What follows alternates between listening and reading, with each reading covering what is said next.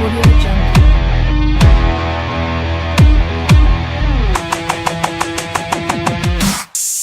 Audio Jungle. Hi friends, today we are going to discuss a very important topic, that is aptitude. Today we will try to answer a few questions like why, where and when the aptitude is required, how you should prepare for it, what are a few important topics and sections of it, and finally its importance and a very successful strategy that you should adopt to clear those. We will start with a very simple question: why even an aptitude test are being conducted nowadays?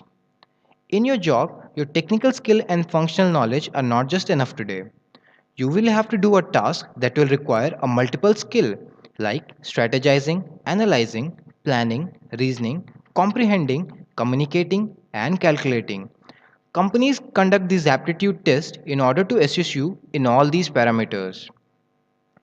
Moving further, there are two different kind of aptitude tests that are being conducted nowadays. One is percentile based and second one is cutoff fixed.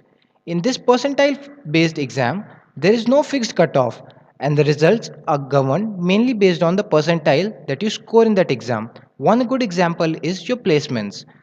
You don't get selected because you score a certain number, but it is only because you were there in our top few percentile.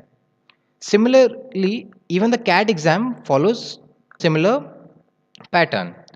The second one is cutoff fixed. In this exam, there is a fixed cutoff that you should just clear in order to pass that exam, like GATE, SSC, GRE, GMAT, NDA, CDS, and all such national and state level exams. Alright, now we should see how it is divided into a few sections. Aptitude is basically divided into three parts. First one is quantitative aptitude, second one is logical reasoning, the third one is is your verbal ability. In quantitative aptitude, the questions involve measurement of certain quantity. In logical reasonings, results are formed based on some sequential operation that have some logic. And finally, in verbal ability, you will be tested in grammar, in verbal analogies, and following up with detailed written instructions. Okay, let us see them in a few more detail. Taking the first category, that is quantitative aptitude, it is divided into five categories. The first one is number. It involves number system, your progressions. The second one is arithmetic. That is your purely calculations, mathematical calculations. It involves percentage, profit and loss, ratio proportion, time and work, and speed and distance. The third one is geometry. That involves some calculation of angle and a few questions on coordinate geometry. The fourth one is algebra. It involves quadratic function, inequalities, and logarithms. And the last one is counting. It involves permutation and combination, probability, and set theory. If you don't want to study each and everything in detail, I believe you should focus mainly on progression, that is arithmetic progression, geometric progression, and harmonic progression, profit and loss, ratio and proportion, time and work, speed and distance, and permutation and combination.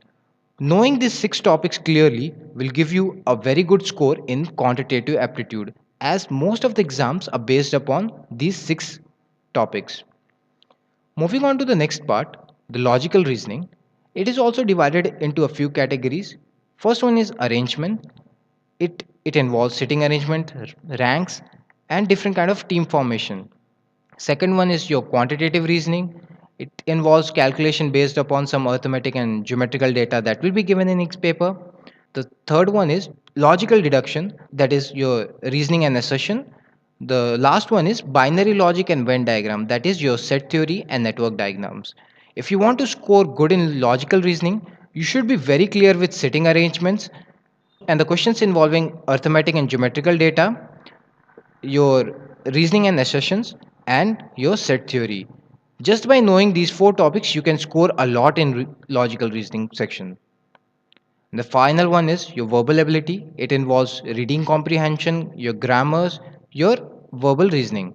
In reading comprehension, you will be given a certain passage and you will be asked to write the answers for the following questions based upon that passage itself. The second one is grammar. The word itself is self explanatory, so there's no requirement to say anything over here. And the third one is your verbal reasoning. Maximum of the questions are asked from this verbal reasoning part, like misfit sentence or the error correction, and your critical reasoning and parajumbles. These were a few details topics in aptitude. Now we will move on to a very important part, how you should actually study and what should be your approach in order to crack some aptitude exam. Now we have written them down in a proper steps. The first one is recapitulate, that is, be clear with your basics. If you are not very good in aptitude and if you are starting fresh, I would suggest you take 9th and 10th class mathematics textbook and try to work out a few problems.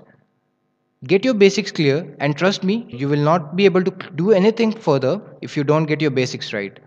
So please do go back if you feel uncomfortable and get your basics cleared. The second one is find a very suitable and correct material for yourself. Now this depends on the type of exams that you're writing, but I suggest you always aim for cat level of preparation, as this is the toughest aptitude test in India, and if you prepare for it, it will ensure your good result in the other test also. The third and the most important part is analyzing your weakness and strength. In exam, you cannot attempt all the questions. You will have to skip a few and you'll have to attempt the rest. Now, this analyzing of weakness and strength will help you in assessing which question are you going to skip and which one are you going to attempt. You skip the question from the topic that you are not very comfortable and you attempt those questions that you have a very good command over. So, you should analyze your weakness and strength properly. And fourth one is also very important, that is smart work. In today's work, you should follow a quote like smart work is the key to success. There is no hard work. So go through all the topics, find the topic that you are not very comfortable, just brush through the topics and be enough comfortable that you will be able to solve the easy question from them. And from your comfortable topic, you need to work hard and you should be in a position where you can do anything if the question is asked from that topic. And the last one is the most important part, practice. You need to practice as much as you can. This is the most important part, as if you don't practice, none of above said or above written things will be useful. So do practice as much as you can. And I would like to conclude this video by telling how your approach should be. The first thing is get your basics right, read books. The second one is practice as much as you can. Go get a textbook if you want. There are few very good textbooks available in the market. Go to good websites which are now available for free of cost and try to solve a few questions from there. And the final one is always try to remember a few important formulas and shortcuts. This will help you in doing your questions fast there and saving a lot of time. Alright, thank you guys for watching this video. If you have any doubt, write it down in the comment section below and please like this video if you liked it and subscribe our channel for sure. Thank you.